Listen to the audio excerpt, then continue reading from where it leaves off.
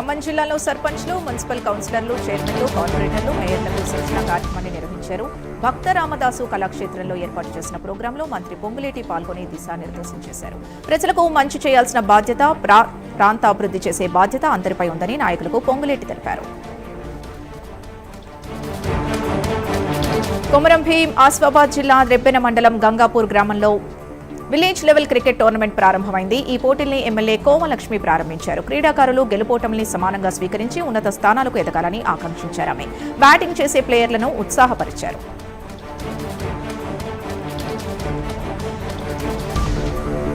భూపాలపల్లి జిల్లాలో సర్పంచ్లు, కౌన్సిలర్ల శిక్షణ కార్యక్రమంలో అపశృతి చోటు చేసుకుంది. శ్రీనివాస్ కన్వెన్షన్ హాల్లోని లిఫ్ట్ కేబుల్ తెగిపోయింది.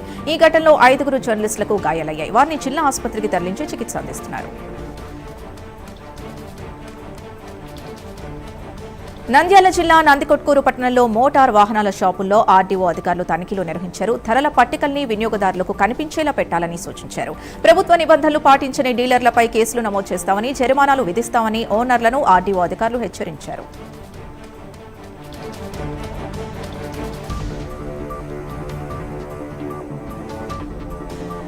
నిమ్స్ ఆసుపత్రి అభివృద్ధిలో భాగంగా ఎర్రమంచిలోని ఇళ్లు కోల్పోయిన వారికి ఇళ్ల స్థలాలు కేటాయిస్తూ జీవో విడుదల చేసింది ప్రభుత్వం. దీనిపై మాజీ కార్పొరేటర్ విజయారెడ్డి హర్షం వ్యక్తం చేశారు. ఈ సందర్భంగా సీఎం రేవంత్ రెడ్డి మంత్రి పొంగులేటికి బాధితుల తరపున కృతజ్ఞతలు తెలిపారు.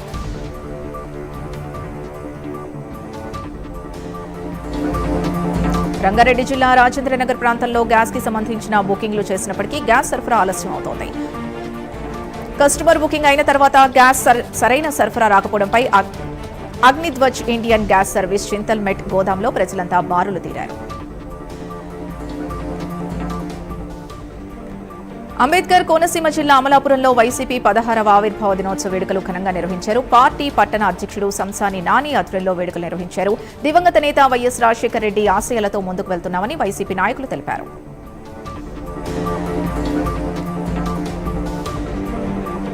తూర్పుగోదావరి జిల్లా రాజమండ్రిలో 62 మందికి సీఎంఆర్ చెక్కుల్ని ఎమ్మెల్యే ఆదిరెడ్డి వాసు పంపిణీ చేశారు. ఈ ప్రోగ్రాంలో వైసీపీ విమర్శలు చేశారు. ప్రతిదాన్ని రాజకీయం చేయడమే వైసీపీ నైజంగా మారిందని రాజమండ్రి ఎమ్మెల్యే ఆదిరెడ్డి వాసు అన్నారు. ప్రజారోగ్యానికి కూటమి ప్రభుత్వం అధిక ప్రాధాన్యతని ఇస్తుందని తెలిపారు.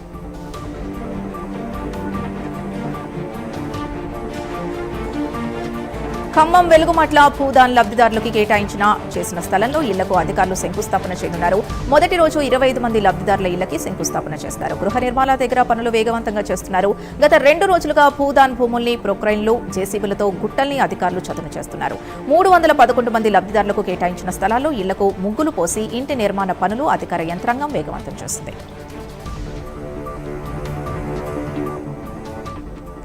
భద్రాద్రి కొత్తగూడెం జిల్లాలో ప్రజాపాలన ప్రగతి ప్రణాళిక కార్యక్రమాన్ని నిర్వహించారు. మత్తు పదార్థాల వినియోగం, అనర్థాలపై అవగాహన కల్పించారు. డ్రగ్స్ వల్ల విద్యార్థులు, యువత భవిష్యత్తు నాశనం అవుతోందని ప్రోగ్రాంలో పాల్గొన్న ఎస్పీ తెలిపారు.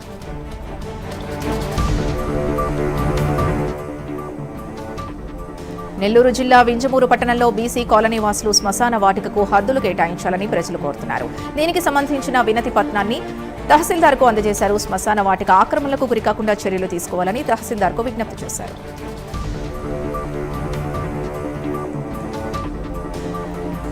కృష్ణా జిల్లా గుడివాడ నియోజకవర్గంలో వైసీపీ ఆవిర్భావ దినోత్సవ వేడుకలు నిర్వహించారు. పార్టీ కార్యాలయంలో జెండాను ఆవిష్కరించి వైఎస్ఆర్ చిత్రపటానికి పూలమాలలు వేసి నివాళులర్పించారు. కేక్ కట్ చేసి స్వీట్లు పంచుకొని సంబరాలు చేసుకున్నారు పార్టీ నాయకులు. ప్రజల పక్షాన వైసీపీ ఉంటుందని, అదే లక్ష్యంతో ముందుకెళ్తామని పార్టీ శ్రేణులు తెలిపాయి.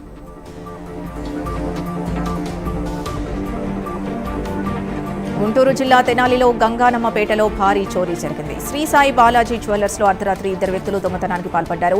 షట్టర్ తాళాలు పగలగొట్టి 10 కేజీల వెండి, 10 గ్రాముల బంగారాన్ని ఎత్తుకెళ్లారు. సీసీ కెమెరాలో చోరీ విజువల్స్ రికార్డ్ అయ్యాయి.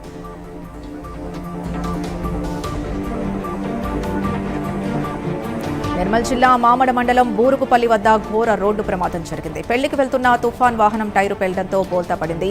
వాహనంలో ఉన్న 22 మందికి గాయాలయ్యాయి. గాయపడిన వారిని నిర్మల్ జిల్లా ఆసుపత్రికి తరలించి చికిత్స అందిస్తున్నారు.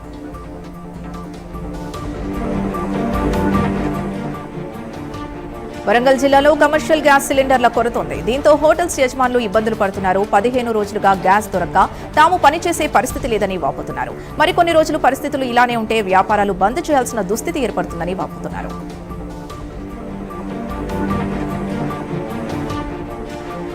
హనుమకొండ జిల్లా వంగపల్లి క్రాస్ రోడ్డు వద్ద క్షుద్ర పూజలు కలకలం రేపాయి. కమలాపూర్ మండలం వంగపల్లి క్రాస్ రోడ్లో గొర్రె తల మొండాన్ని వేరు చేసి పూజలు చేశారు.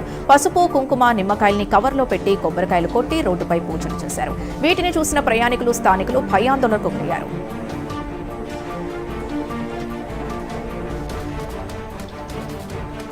మహబూబాబాద్ జిల్లా తొర్రూరులో గ్యాస్ కోసం ప్రజలు పడిగాపులు పడుతున్నారు. సిలిండర్ల కోసం ఏజెన్సీ ఆఫీసుల దగ్గర జనం బారులు తీరారు.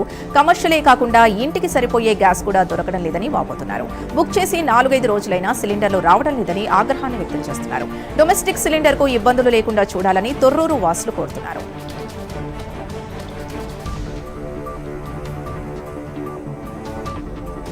కర్నూలు జిల్లా ఎమ్మిగనూరులో టమాటా ధరలు పూర్తిగా పడిపోయాయి. దీంతో రైతులు ఆవేదనతో పశువులకు మేతగా టమాటాను వేస్తున్నారు. టమాటా తోటల్లోకి గొర్రెల మందల్ని వదిలేస్తున్నారు. మార్కెట్లో ధర రాకపోవడం లేదని రైతులు వాపోతున్నారు.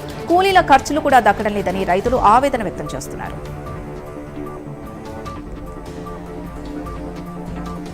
దేశంలోని ప్రముఖ ఆలయాల్లోనూ గ్యాస్ కొరత ఏర్పడింది. అయోధ్యలో బాలరాముడి దర్శనానికి నిత్యం వేలాదిగా భక్తులు వస్తూ ఉంటారు. రోజు 20,000 మంది భక్తుల వరకు భోజన ప్రసాదం అందిస్తారు. గ్యాస్ సంక్షోభం కారణంగా రామ్ రసోయిని తాత్కాలికంగా మూసివేస్తున్నట్లు నోటీసు విడుదల చేశారు.